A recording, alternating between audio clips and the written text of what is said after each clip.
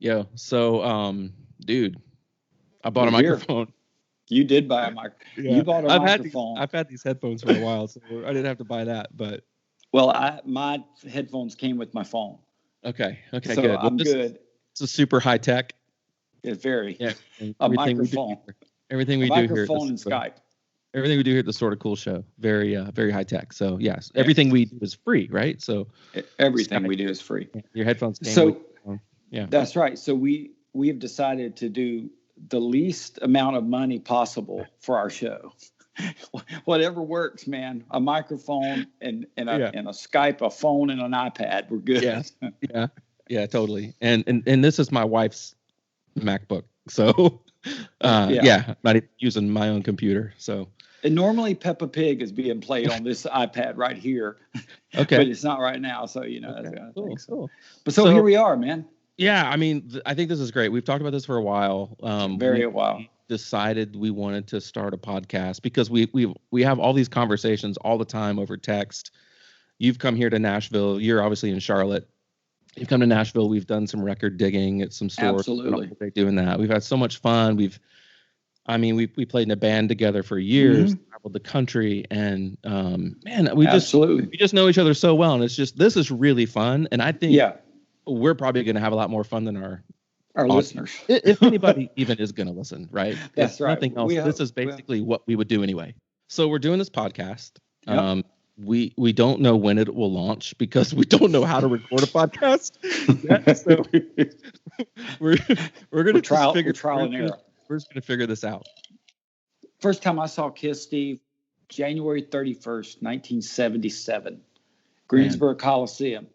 And this is another interesting thing. My ticket was $8.50. Yeah. And that was the Love Gun Kiss Alive 2 tour. Yeah. And I still remember when they came on stage, I almost passed out because I was actually seeing my heroes. Oh yeah. That I had looked in Cream magazine and had the record and all that kind of stuff. So you've been to probably more shows than I've been to, and I've been to about everybody too. And I think we've been to a lot together. I think the thing about it is the era that we went to shows. There's a little bit of an age difference between the two of us, but I saw most of the 80s hair bands when they were kind of out. And I was a junior high and high school during that time. I graduated high school in 93. So, I kind of like grew my junior high and early high school years were the, mid to late 80s. And so that's when, Guns N' Roses was huge, and, Poison was massive, and Motley Crue was massive. I mean, so I saw you. I mean, I know you saw a lot of those shows too, but like I didn't see Styx in the heyday. I didn't see REO Speedwagon in the heyday. Yes. I saw them later in life. But I think that's kind of the fun thing, is that there's enough of an age. We're close enough in age to where we can relate. We're far enough. I'm the older one. But you're right. That's probably not obvious, dude. Well, I don't know about all that. Well, here's the thing. Yeah, Steve, I think what the cool thing about what he's saying is the fact that I got to see a lot of bands in the heyday from the 70s. I saw Styx on the I saw Styx on the Paradise Theater tour in 81, and now, I saw Journey on the Escape tour with Loverboy opening, and the list goes on and on. I saw Jackson Browne. I know he's not necessarily a rock guy like we're talking about, but and this is one of my claim to fames. I saw Queen with Freddie. Yeah, man, that's just. I told Freddie my son about that. Freaking Mercury. We have, and it's amazing how people get interested in music and get, introduced to music these days, at least. My son, my oldest son is 16, and me.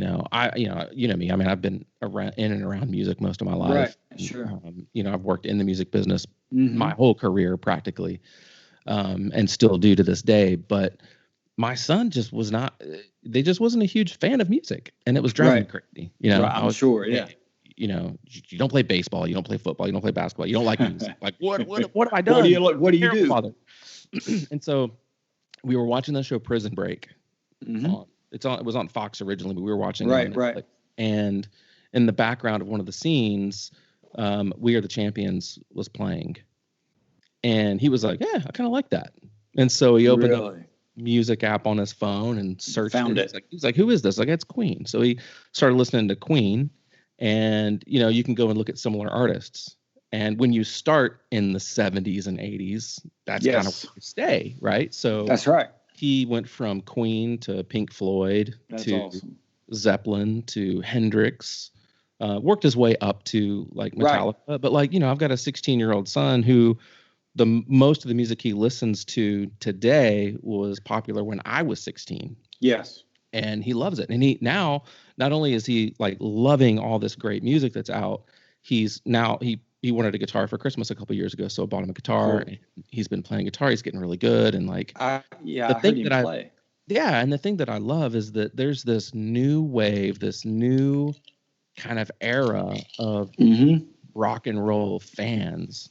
That's right. Basically our kids, You're right. You're exactly right. It's cool because this is a genre of music that really can't die. We can't let it die. Well, and the thing about it is you have to remember too, one of the things, and my past as a songwriter, certainly not the kind of music that we, mine's has always been more on the acoustic guitar type of thing. But one thing we've always said is it's about the song.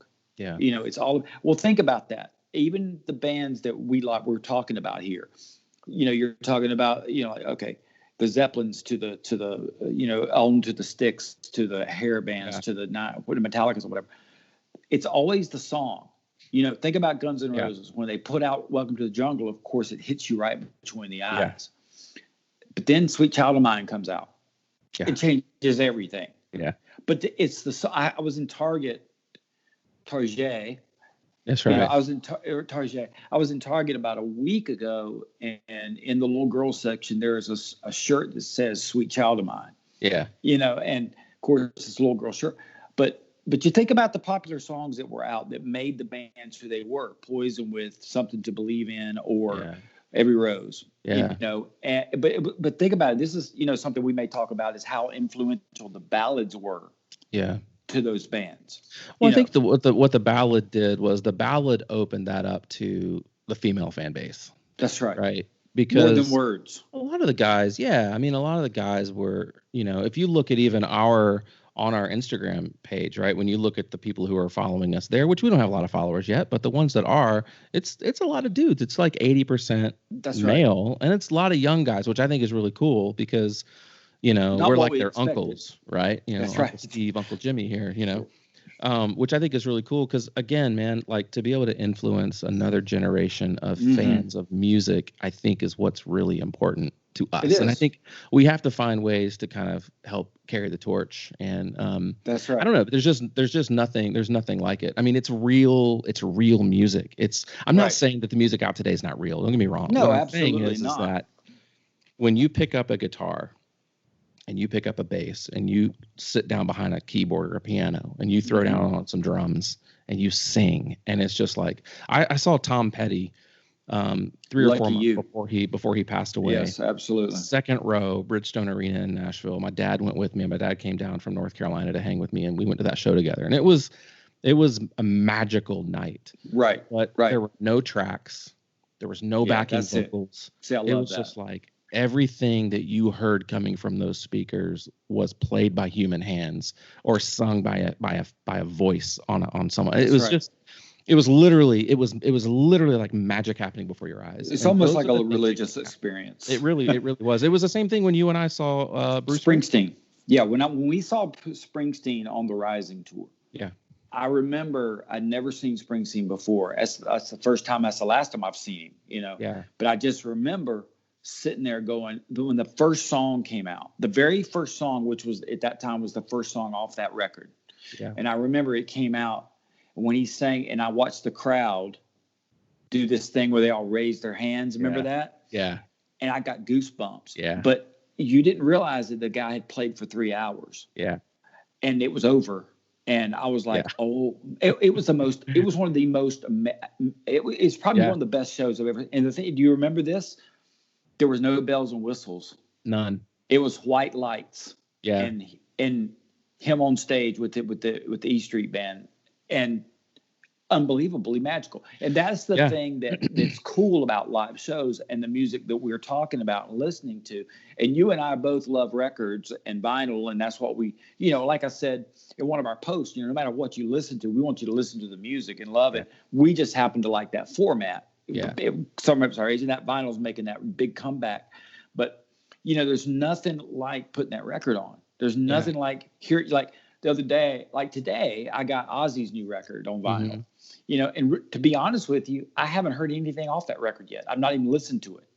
But I thought, oh, why not? I'll try. I got that. I got a Let It Be re-release, remaster of Let It Be from the Beatles, and Gene Simmons' solo record from back in 76, whatever. And, but I love listening to that stuff. And it's about the song, man. Yeah. And the thing too, you mentioned the Ozzy record, I went and listened to some of that. I streamed some of that record, and I thought about that. I was like, man, I'd really like to have this on vinyl. Yeah. There's some really great songs on there. I think he sounds fantastic. I know he's in very poor health, but I think he sounds great. And he does a song. He's got a duet on there with Post Malone, which I think was a brilliant move, because I didn't know that. Post is like a completely different era, different kind of artist. You know what? I like Post Malone. I do. I like Post Malone. I think he's really good. I think the funny thing is like he's kind of, I don't want to say he's the new rock and roll. Like Dave Grohl said, Billie Eilish, that's rock and roll. Which quite honestly, I took my daughter to see her. And how was it? It was fantastic. I mean, it really truly is the way it was when I was a kid going to rock shows, where you've got the whole audience is just like zoned in on the artist and on the songs, and they're singing every single word to every single song the entire night. That's cool. She just gives back to the fans, and the fans give to her, and like I think that's the thing. That's rock and roll. That is you nailed it right there.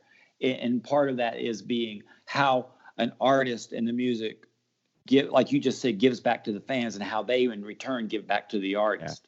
I heard Lionel Richie say, and again, we sit here and talk about all this stuff, and don't worry, we're not going to talk about Lionel during the shows, but because we love Lionel and we respect his artistry, of course. But one of the things he said the other night on the American Idol show, he was talking to one of the contestants or whatever, and he made the comment that when you're on a stage live, you've got to give that audience what they want from you, because if you don't give it to them, they're not giving it back to the artist. And you and I both know from playing in bands together, we had nights where the audience just gave us back everything we gave, and it made a whole world of difference. And there's nothing like that feeling. There's nothing like that feeling. So to go to a show, even if it's Billie Eilish, or even if it's whoever the artist is, but you go, and the rock and roll part is the fact of the experience that you get from a live show, and you can't get. I love it, and I think we both love it. We do. It's kind of rock and roll is less of a style of music now and more of a mindset. That's exactly right. And I was the other day I was watching I love to pull up old YouTube stuff. Like I was watching the Trickster Firehouse Warrant tour that we saw. We saw it in Charlotte, right? Yeah. And it was quite amazing. It was awesome. But I was watching how tight those bands were. And I remember when Trickster was on the video, Firehouse, but when Trickster came out, it's like the bar just went up. Yeah. And I love that debut Firehouse record. That thing kicks. It's one of the best. And Trickster's is good too. Which that Firehouse record gets so much flack because it does. It kind of came at the end of that hair metal era. Nirvana was coming in. Nirvana was coming in, and Nirvana really killed the hair. They did. But that's another segment of rock and roll we could talk about. It is. I know. But that was such a great debut record that really gets zero respect. It was recorded well, and so. When I watched that show, Trickster I was just dumbfounded at how good they were live, and we saw that tour, and and so, but the experience is what you want, and we've seen the shows. I'll tell you another show that I saw, the Allman Brothers one time, and that's not it's not a hard rock thing, but it was almost a Grateful Dead-ish kind of vibe going on. I'd never seen them before, and I was just jaw dropping to me how great they were. Nothing but what you saw live on the stage. Yeah. You remember it was right after 9/11, the attack on the Twin Towers, and they did that benefit show in Atlanta. We went. Remember that? We went to that? Absolutely. That was the first and only time I'd ever seen Skinnerd, because Skinnerd headlined that night. That's right. We had great seats. We had a good friend of ours who's a concert promoter. Right. And he helped get us tickets to that. So we were, 5 or 6 rows back. It was, that's right. Really, really great. Who else was there that night? I don't even remember. It was I can tell you, man. There? Okay. Here's who was there, man. All right. Okay. Remember John Waite? John Waite came in, did a lot of Babies and Bad English stuff, which is one of my favorite singers. He's not my lead singer, though. Just go ahead and put that out there for the super group. John Waite was there. Leon Russell was there. Okay. Yes. Edgar Winter was there. Edgar Winter. I remember Edgar being there. Drew Carey hosted the whole night. He did. That? Yeah. Fat Drew Carey hosted. I don't know if he was that. He was still. I think he was. I don't think Leon Russell was there. I was thinking Edgar Winter was there. Okay.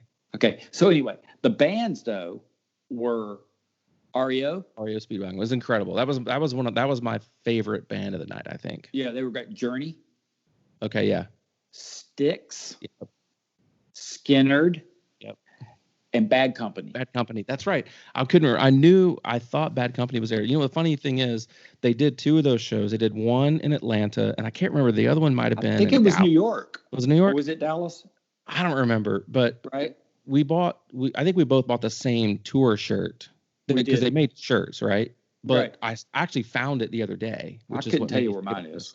I found it the other day. It has all the bands from both shows, and I was like, I can't even remember which bands were on because they weren't both at both shows. So it was, man, what a fun night. We drove to Atlanta that day, went to the show, and drove back that night. Which was awesome, though. It was killer, but it was a bear of a drive, man.